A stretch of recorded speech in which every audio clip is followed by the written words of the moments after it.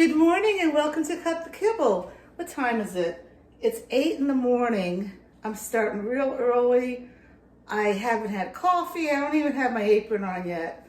But I'm going to let the slow cooker do the work this morning because yesterday was a gorgeous day and my first half of the morning, I was busy doing stuff. Not cooking, but other stuff that needed to be done. So this morning I'm going to put the slow cooker on. I'm going to get a cup of coffee and we're going to go outside. So anyway, I'm Paula and this is Bella. She's 11 years old, over 11 actually, and been home cooking for her since she was 6 months old. And my goal to my channel is to encourage you to get off the kibble and to give your dogs human grade food, okay? So they can live a long, healthy life with a strong immune system. So today I'm going to make pork as the protein. Now, if you've been following my channel, I just introduced pork maybe, 6 weeks ago, and I've been doing the pork tenderloin. Boy, is that dry. You know, dogs need some fat in their diet. But today I went to the store and I have a glove on because I don't want to touch it and then touch her and the camera. I went to the store and I got this pork, let's see, what is it called? Oh, goodness. Boneless pork loin. And so I guess that is the pork tenderloin that is cut in half. But this has, if you can see it, it has fat on it. So what I'm going to do, I've lined my slow cooker. Let's see if you can see it. I'll put it over here. Woo, can you see that? With celery and carrots. I normally don't do carrots, but this is gonna be my, the carrot will be my carb this time. I will not do butternut squash or sweet potato or what's the other one that pumpkin. It's gonna be the carrots. And I'm gonna put this pork loin fat side up in hopes that the fat will drain down into the vegetables and the dog will get, my Bella, my Miss Bella will get some of the fat. Now, I wanted to tell you, and I've talked about this before, you have to read your ingredients for everything. So this is Nature's Promise. You can get this in a lot of grocery stores in the USA. It's not just like one store brand. What you need to look for when you buy pork are what are the ingredients. And let's see, whoops, I just dripped stuff on the floor. I don't know if you can see it. You're not gonna be able to see it. Anyway, it says ingredients, pork. That's all there is, just pork. If you get the brand Swift, they're gonna have pork in it, but they're also gonna have a water solution. What's in that? That's gonna go into your dog.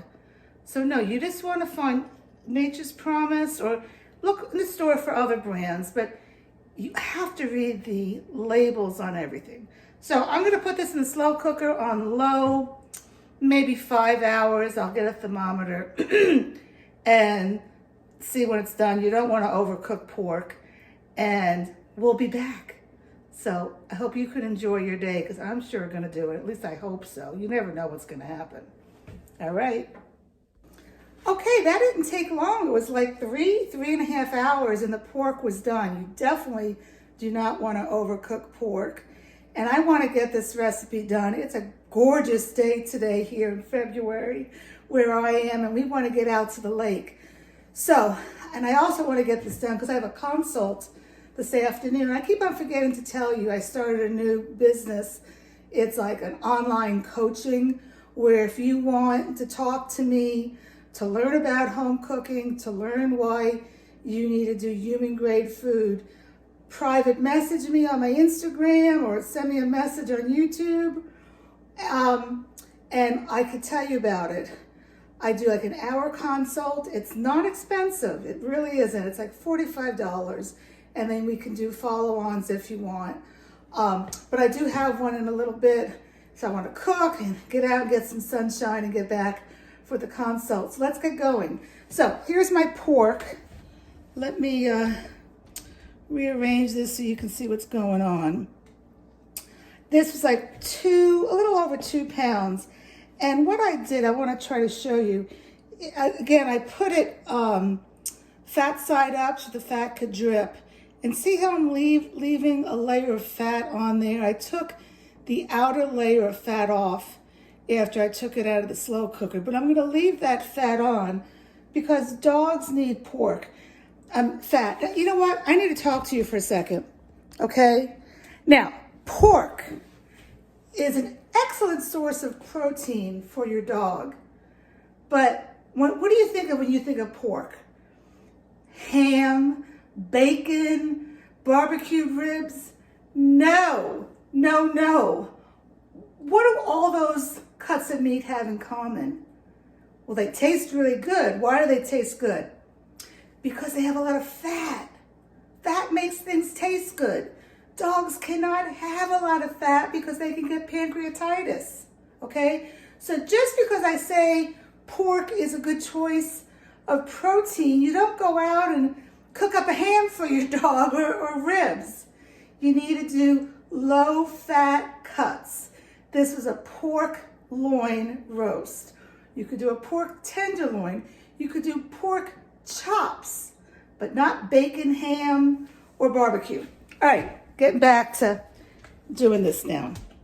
Move my tripod around, and I'm gonna go ahead and I gotta move my sardines here so she doesn't get it. I'm sorry, I'm using my left hand again, so I'm blocking you from seeing what I'm doing. One of these days I'll get it right. I cut my pork up into smaller pieces because it's a very dense piece of meat, and I don't want to overwork my food processor that I'm going to burn my motor out, because if I burn my motor out, I gotta get a new food processor.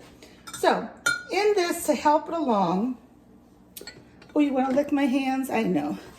This is some of the juice from the pork. I had added water to the bottom of it, and you can tell this is not fat. It didn't settle. So and even if it is fat, dogs need some fat.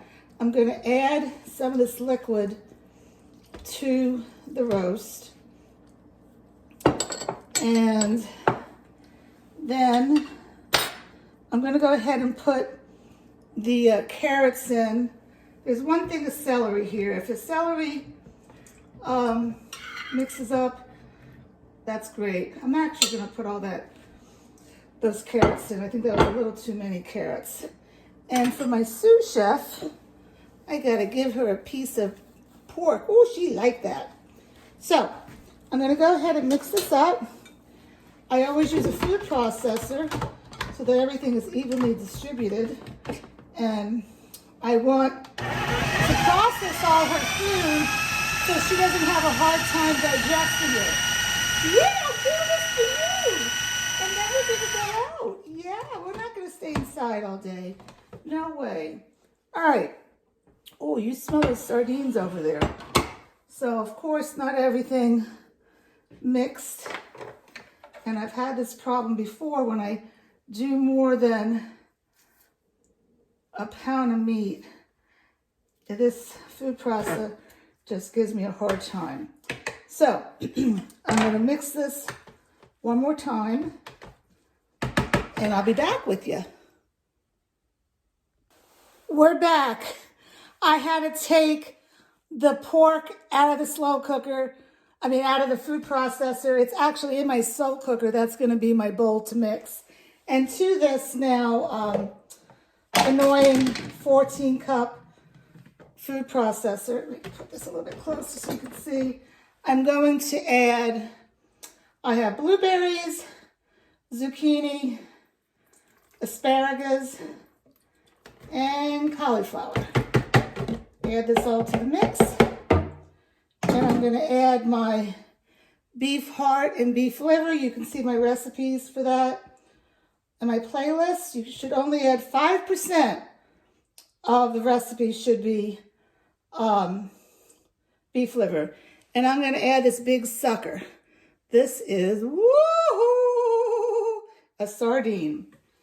And I am going to do a video on sardines. It's very much needed to give you some information, what I've learned about them. So hopefully I'll be working on that shortly. Now, to my mix. If you follow my channel, you know if you home cook, you must add a calcium supplement. I use Animal Essentials. It's 1 teaspoon per pound of protein. This, the protein was like 2 and something. I'm just going to put 2 teaspoons in. That's something else I wanted to tell you. You know, you don't have to have everything balanced every meal. Do you have things balanced every meal? And no, you don't. And that's wonderful while you rotate your recipes, because she doesn't get these ingredients every day. You know that I have like 5 different proteins that I rotate, and I rotate different vegetables. So she will get balanced diet in the long run. Here's my Cut the Kibble Omega Booster.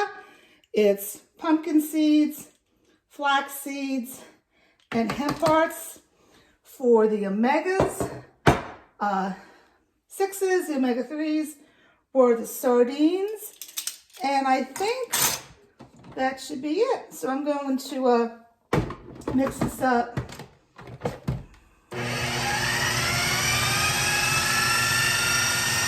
I forgot to tell you that I did add like 1/4 cup of coconut oil, because this is a very dry meat. And I'm going to look at this and see it's all mixed. So now I'm going to mix this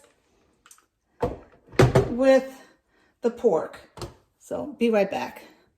Okay, look at this, how yummy this looks. I had to take Bella out of the sling and use my muscles to mix all this up to get the supplements and the vegetables in with the pork. It looks so yummy.